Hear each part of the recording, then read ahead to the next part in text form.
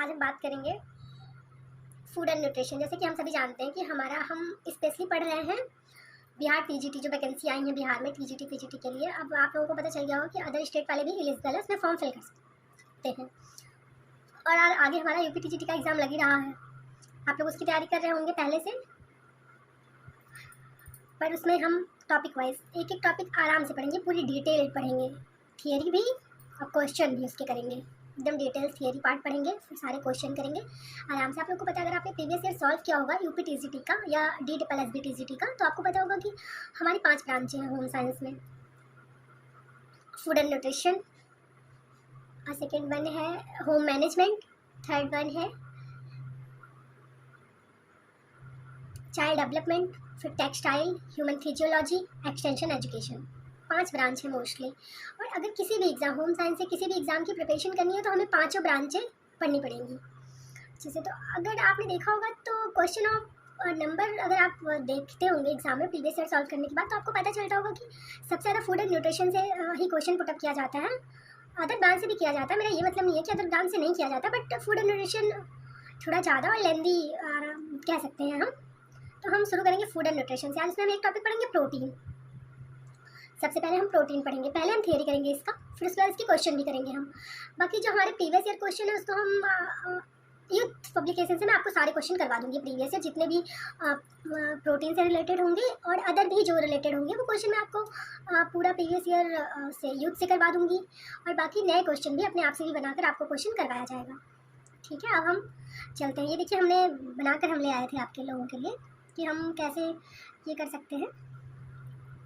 ये हमारा प्रोटीन से हम पढ़ेंगे तो ये ऐसे वेजिटेबल्स, फ्रूट्स, नट्स हैं जो हमें प्रॉपर प्रोटीन इसमें मिल सकता है हमें। एक मिनिमम जो एक मैक्सिमम मिनिमम उसकी नीड है हमें। तो देखिए हम आपके लिए चार्ट ले आए थे। सबसे पहले हम पढ़ेंगे कि प्रोटीन क्या है। हमें ये जानना चाहिए ना कि प्रोटीन क्या है, किसको सबसे पहले पता चला या फिर खोज किसने की। तो इसमें सबसे पहले प्रोटीन की खोज सर्वप्रथम जे बर्जेलियस ने प्रोटीन शब्द का प्रयोग किया था। जे बर्जेलियस एक वैज्ञानिक थे, उन्होंने प्रोटीन शब्द का प्रयोग किया था। प्रोटीन भोजन के 3 मुख्य वर्गों में से एक है। प्रोटीन अमीनो एसिड से बने होते हैं। प्रोटीन जो होता है वो अमीनो, जैसे कि हम सभी को पता है कि हमारे 20 अमीनो एसिड है टोटल। 10 को हम आवश्यक अमीनो एसिड कहते हैं और 10 को नॉन आवश्यक अमीनो एसिड कहते हैं, नॉन एसेंशियल अमीनो एसिड। तो जो एसेंशियल अमीनो एसिड होते हैं उन्हें हमें बाहर से लेना पड़ता है। बाहर से मेरा मतलब ये है कि खाने से, कैसे हमें प्रोटीन से, वसा से, जहाँ से भी हम ले सकते हैं। 10 तो हम वहाँ से लेते हैं और 10 जो होते हैं वो हमारी बॉडी खुद बनाती है।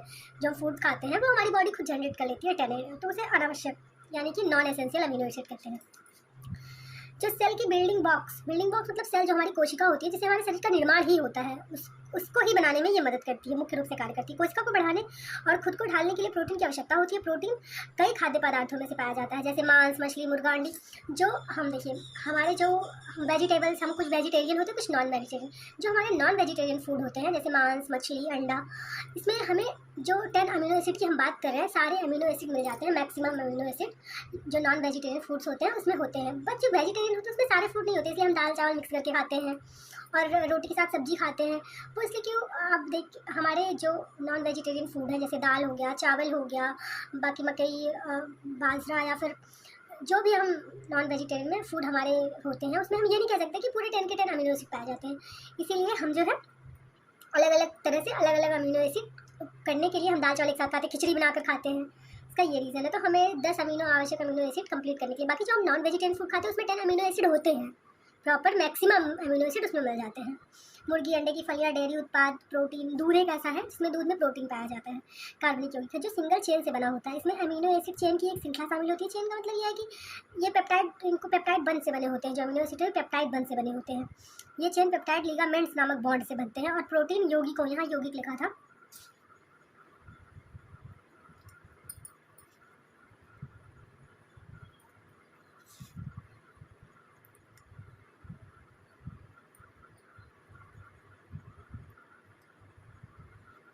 यहाँ यौगिक लिखा है, चलिए हाँ यौगिक लिखा है। यौगिकों में से एक है जो मानव शरीर के स्वास्थ्य के लिए बहुत महत्वपूर्ण है, क्योंकि यह ऊतकों और कोशिकाओं के मूल घटकों में से एक है। अंग और शरीर के विभिन्न कार्य जैसे हार्मोन एंजाइम को नियंत्रित करना भी इनका कार्य है। प्रोटीन हमारे सेल्स के निर्माण के अलावा और बहुत सारे कार्य करते हैं। हमारे हार्मोन्स को, हमारे एंजाइम को नियंत्रित करते हैं। शरीर में खाद्य पदार्थों और खाद्य पदार्थों से प्रोटीन मिलते हैं। जब ये प्रोटीन शरीर में प्रवेश करते हैं तो शरीर में पर्याप्त मात्रा में प्रोटीन में परिवर्तित हो जाता है, इसकी सेवा करता है। जबकि शरीर की आवश्यकता से अधिक प्रोटीन को ग्लूकोज जैसे शरीर के ऊर्जा स्रोत में परिवर्तित किया जाता है। जो प्रोटीन होता है, जब हम प्रोटीन खाते हैं तो प्रोटीन हमारे सेल्स के निर्माण, पहले तो हमारी टूटी फूटी कोशिकाओं की मदद करता है। हमारे सेल्स के निर्माण, जो बच्चे होते हैं उनके सेल्स में निर्माण करता है। जब थोड़े वयस्क लोग खाते हैं तो उनके कोशिकाओं की मरम्मत के बाद जो प्रोटीन बचता है वो हमें एनर्जी देने का काम करता है। अगर हमारे अंदर प्रॉपर हम कार्बोहाइड्रेट नहीं ले पा रहे हैं, एनर्जी नहीं हमें मिल रही है, तो प्रोटीन जो है हमें एनर्जी देने का भी काम करता है। अब प्रोटीन के प्रकार, टाइप ऑफ प्रोटीन 3 प्रकार के होते हैं। एक पूर्ण प्रोटीन, कंप्लीट प्रोटीन जिसे कहते हैं, एक अधूरे प्रोटीन, अधूरे मतलब अपूर्ण प्रोटीन, इनकम्प्लीट प्रोटीन, एक पूरक प्रोटीन, कॉम्प्लीमेंट्री प्रोटीन कहते हैं इसे, जो पूरा प्रोटीन होते हैं। ये 3 टाइप के होते हैं। पहला जो है, इस प्रकार के प्रोटीन युक्त खाद्य पदार्थों में जिसमें सभी को, जैसे मैंने अमीनो अम्ल की बात की ना, कि हमारे शरीर में 20 अमीनो अम्ल पाए जाते हैं, 10 आवश्यक होते हैं और 10 जो है नॉन एसेंशियल और 10 नॉन एसेंशियल अमीनो एसिड। तो ये एसेंशियल अमीनो एसिड की बात कर रहा है। फूड प्रोटीन ज़्यादातर पशु उत्पादों, खाद्य पदार्थ जैसे मांस, डेयरी उत्पाद इत्यादि, अंडे इत्यादि में पाए जाते हैं। अंडा हमारा एक ऐसा फूड है जिसमें सभी प्रकार के अमीनो एसिड, 10 सभी आवश्यक अमीनो एसिड पाए जाते हैं। दूसरा है अपूर्ण प्रोटीन। ये प्रोटीन या प्रोटीन युक्त खाद्य पदार्थ जिसमें से कम या एक से अधिक आवश्यक अमीनो एसिड की कमी होती है, अधूरे प्रोटीन कहलाते हैं। जिसमें जैसे हमने कहा कि 10 एसेंशियल एसिड होते हैं, 10 एसेंशियल अमीनो अम्ल होते हैं। अगर उसमें से मान लीजिए ऐसे खाद्य पदार्थ जिसमें 9 पाए जाते हो, 1 ना पाए, जिसमें 8 पाए जाते हो, 7 पाए जाते हो, 1 2 3 कम हो या इनकम्प्लीट हो या वो नहीं हो, तो उसे अधूरे प्रोटीन कहते हैं। जैसे इसके सभी पौधों से प्राप्त होने वाले प्रोटीन अधूरे प्रोटीन होते हैं। जो पौधे से प्राप्त होता है हमें, जैसे नट्स, फल, फलियाँ, अनाज, वो उसे अधूरे प्रोटीन कहते हैं, क्योंकि उसमें 10 अमीनो एसिड नहीं पाए जाते। ऐसा नहीं कि उसकी प्रोटीन खराब है या वो अच्छी प्रोटीन नहीं, उसमें 10 अमीनो एसिड नहीं पाए जाते इसलिए उसे अधूरे प्रोटीन कहा। पूरक प्रोटीन को अधूरे प्रोटीन वाले 2 या अधिक पदार्थों का मिश्रण कर बनाया जाता है। इनका प्रयोग पूर्ण प्रोटीन की आपूर्ति करने के लिए किया जाता है। उदाहरण के लिए मूंगफली के मक्खन के साथ, चावल के साथ, बीज तथा ब्रेड में। जैसे मैंने आपको बताया था कि जब हम कोई चीज़ खाते हैं, वेज फूड खाते हैं, जब हम वेजिटेरियन लोग, हम जब वेज फूड खाते हैं उसमें सभी प्रकार के अमीनो एसिड नहीं पाए जाते। जैसे जब हम चावल खाएंगे उसमें हम दाल क्यों खाते हैं? इसीलिए ताकि उसके जो प्रोटीन है, जैसे चावल में ग्लूटीन प्रोटीन, दाल में ग्लूटीन प्रोटीन पाया जाता है, और चावल जब हम ग्लाइसिन प्रोटीन पाया जाता है। चावल में जब हम दाल चावल को मिक्स करके खाते हैं तो हमें पूर्ण प्रोटीन या फिर 7 10 9 में से 10 में से 9 8 प्रोटीन मिल जाते हैं, अमीनो एसिड मिल जाते हैं। जो हमारा प्रोटीन होता है, अमीनो एसिड का एक बॉन्ड होता है, पेप्टाइड बॉन्ड कहते हैं, जिसे पेप्टाइड नामक बंध से वो बधा होता है। हमने आपको पहले बताया है। प्रोटीन के कार्य, जैसे मैंने आपको पहले बताया कि हमारी कोशिकाओं के, हमारे सेल्स का निर्माण करता है। प्रोटीन को शरीर में महत्वपूर्ण आधार माना जाता है। यह शरीर के प्रत्येक कोशिकाओं में पाया जाता है। कई प्रोटीन एंजाइम होते हैं जो जैव रासायनिक क्रियाओं में उत्प्रेरित करते हैं और चयापचय महत्वपूर्ण भूमिका निभाते हैं। मानव शरीर के लिए प्रोटीन निम्न कार्यों के लिए उत्तरदायी होता है। शरीर में प्रोटीन, देखिए इसकी वो पढ़ देते हैं हम। शरीर में प्रत्येक कोशिका में कामकाज के लिए प्रोटीन की आवश्यकता होती है। पूरे शरीर में अणुओं का परिवहन और भंडारण करने के लिए प्रोटीन की अहम भूमिका, जैसे हीमोग्लोबिन और मायोग्लोबिन। हीम एक प्रोटीन है और ग्लोबिन एक प्रोटीन है, हीम एक लोहा, तो दोनों मिलकर हीमोग्लोबिन, मायोग्लोबिन शरीर की मरम्मत करने तथा नवीन कोशिकाओं का निर्माण करने में मदद करता है। एंटीबॉडीज के रूप में शरीर की वायरस और बैक्टीरिया संक्रामक की रक्षा करना। बच्चों, किशोरों और गर्भवती महिलाओं को उचित रूप से वृद्धि और विकास में बढ़ावा देना। जब ये हमारे सेल्स का ही निर्माण करता है तो बढ़ावा तो देगा ही देगा। एंजाइम, एमाइलेज और हार्मोन, इंसुलिन के रूप में महत्वपूर्ण कार्यों को करना। प्रोटीन न्यूरोट्रांसमीटर के रूप में भी काम करता है। अब है प्रोटीन के कमी के लक्षण। जब हमारे शरीर में प्रोटीन की कमी हो गई तो उसे हम कैसे पता चलेगा कि हमारे शरीर में प्रोटीन की कमी है? अगर आप बार बार बीमार पड़ रहे हैं, जैसे आपकी इम्यूनिटी पावर वीक हो रही है और आप बार बार बीमार पड़ रहे हैं, तो आप समझ रहे हैं कि आपके शरीर में प्रोटीन की कमी है। शरीर दर्द की समस्या से गुजर रहे हैं, इसका भी कारण प्रोटीन की कमी हो सकता है, क्योंकि आपकी रोग प्रतिरोधक क्षमता में कमी आने का एक बड़ा कारण प्रोटीन ही है। यह भी का मतलब प्रोटीन ही है। शरीर में प्रोटीन की कमी में सफ़ेद रक्त कोशिकाओं की संख्या कम हो जाती है, लिखा है यहाँ। कोशिश करती हूँ लिखने की, क्योंकि हो जाती है।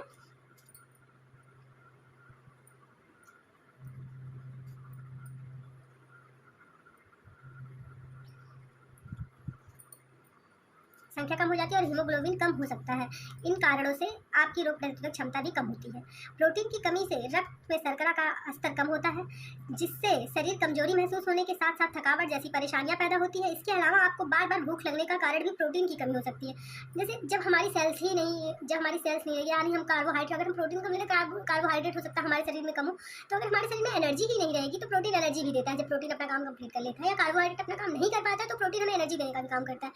अगर हम वीकनेस फील कर रहे हैं तो भी हमें ये समझना चाहिए, हमें बार बार भूख लग रही है तो हमें समझ आना चाहिए कि हमारे शरीर में प्रोटीन की कहीं ना कहीं कुछ डिसबैलेंस हो रहा है, प्रोटीन की कमी चल रही है। आपके सौंदर्य के लिहाज से भी प्रोटीन बेहद ज़रूरी है। अगर सही मात्रा में प्रोटीन नहीं लिया गया तो इसका असर आपके बाल, नाखून पर भी नकारात्मक पड़ता है। जो बाल होता है हमारा, उसमें कैरेटीन प्रोटीन पाया जाता है। तो हमारे हेयर में अगर हम प्रोटीन खा ही नहीं रहे हैं प्रॉपर, हमें मिल ही नहीं रहा, तो कैसे हमारे बाल ग्रोथ करेंगे? नहीं कर पाएंगे। पर्याप्त मात्रा में प्रोटीन नहीं लेने से जोड़ों में मौजूद तरल पदार्थ, जोड़ मतलब समझ रहे हैं, जो हमारे पैर के घुटने होते हैं उसमें जोड़ों में तरल पदार्थ का निर्माण कम होता है, जिससे लचीलापन कम हो जाता है और जोड़ों में अकड़न के साथ साथ मांसपेशियों में दर्द की समस्या बढ़ने लगती है। अगर हमारे जोड़ों में दर्द हो रहा है, लोग बताते गठिया हो गया ये, क्योंकि हम टाइम से समझ ही नहीं पाते हैं कि हमारे शरीर में प्रोटीन की कमी हो गई है।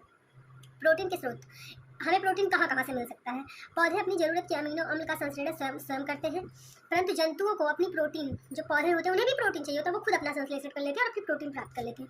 जंतुओं को अपनी प्रोटीन की ज़रूरत को पूरा करने के लिए कुछ अमीनो अम्लों को बाहर से खाद्य पदार्थ के रूप में लेना पड़ता है। जो जंतु होते हैं उन्हें कुछ अमीनो अम्लों को बाहर से लेना पड़ता है, कुछ वो खुद बना लेते हैं। पौधे तो खुद संश्लेषण के माध्यम से बना लेते हैं। शाकाहारी स्रोत चना, मटर, मूंग, मसूर, उड़द, सोयाबीन, राजमा, लोबिया, गेहूँ लिखा हुआ प्रमुख है।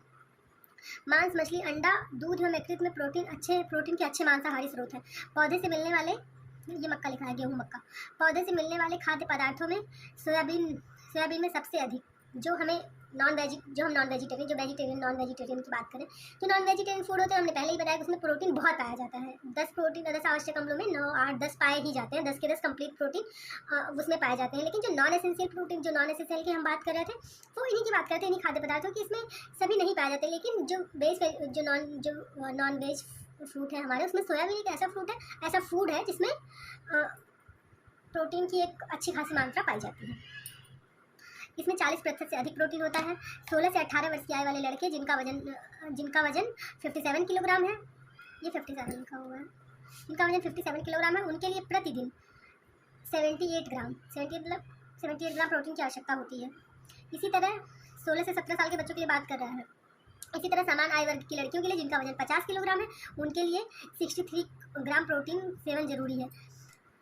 वैसे तो हम जितना हमारा वजन है उसके वजन के हिसाब से हम उतने ग्राम प्रोटीन ले सकते हैं डेली, बट थोड़ा जो बच्चे डेवलप कर रहे हैं तो उन्हें प्रोटीन की ज़्यादा आवश्यकता होती है, जब उनकी हाइट पर्सनालिटी बढ़ रही है, इसलिए इसमें थोड़ा ज़्यादा बताया। गर्भवती महिलाओं के लिए 63 ग्राम, जबकि स्तनपान कराने वाली महिलाओं के लिए 6 माह में 75 ग्राम प्रोटीन का सेवन करना आवश्यक है। अब सोयाबीन मीट और अंडे से भी ज़्यादा प्रोटीन युक्त आहार है। मीट और अंडा मतलब नॉन वेजिटेरियन, जो मैंने आपको पहले ही बताया था। प्रोटीन के अलावा soybean B complex, vitamin E और खनिज पदार्थों से भी भरपूर होता है। इसके अलावा सोयाबीन फाइबर भी भरपूर होता है। 100 ग्राम सोया चंक्स में करीब 50 ग्राम प्रोटीन होता है। 100 ग्राम सोया चंक्स मतलब आप समझे, जो सोया बड़ी हम लाते हैं उसमें 50 ग्राम प्रोटीन होता है। पनीर में दूध से बने सभी प्रोडक्ट स्वास्थ्य के लिए बेहद लाभकारी होते हैं, जो हमारे शरीर में कैल्शियम की कमी पूरी करते हैं। पनीर में दूध से ही तैयार होता है और इसमें प्रोटीन, कार्बन और फैट पाया जाता है। 100 ग्राम प्रोटीन में 18 ग्राम के आसपास प्रोटीन होता है। ठीक है। मूंग दाल में, जो मूंग की दाल हम खाते हैं, मूंग दाल में प्रोटीन की कमी पूरी करने के लिए एक सस्ता साधन है मूंग, क्योंकि मूंग दाल की प्रोटीन में भरपूर मात्रा होती है। सिर्फ 100 ग्राम मूंग दाल में 24 ग्राम प्रोटीन पाया जाता है। 100 ग्राम जो मूंग दाल होता है उसमें 24 ग्राम प्रोटीन पाया जाता है। बादाम बेहतरीन किस्म के फैट के साथ साथ, बादाम में फैट बहुत होता है ना, बताते हैं कि उसमें विटामिन ई पाया जाता है, उसमें फैट होता है, साथ साथ प्रोटीन से भी भरपूर होते हैं। 100 ग्राम बादाम में 21 ग्राम प्रोटीन पाया जाता है। काजू के कई फायदे हैं।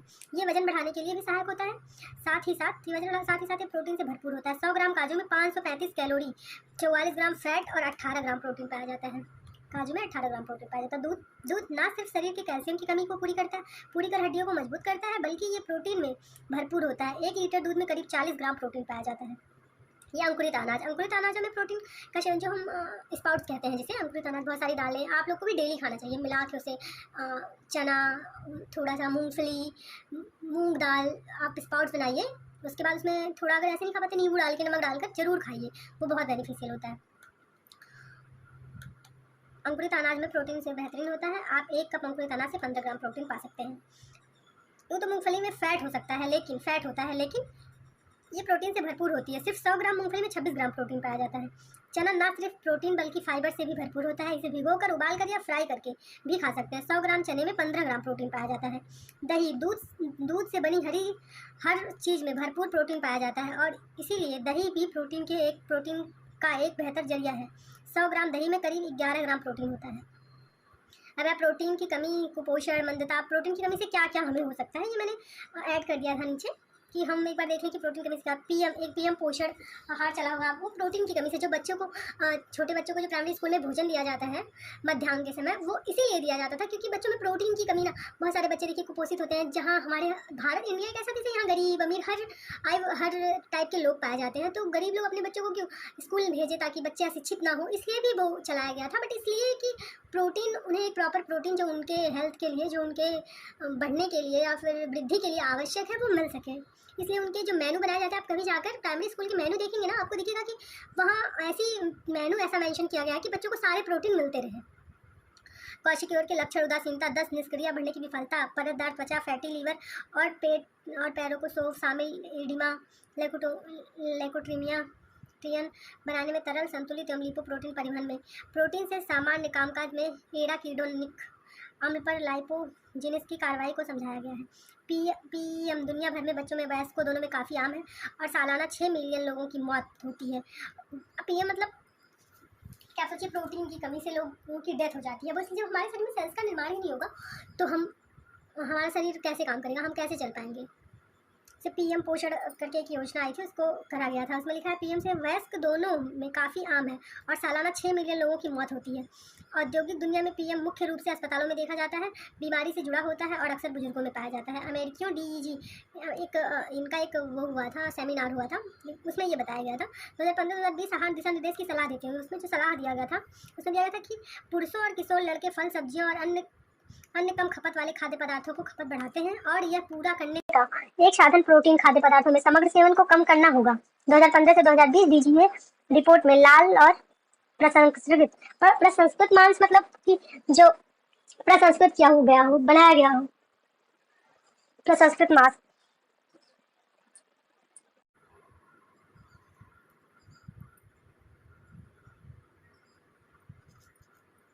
जबकि रिपोर्ट में यह बताया गया कि प्रसंस्कृत मांस का सेवन करने के लिए अनुशंसित सीमा निर्धारित की गई है।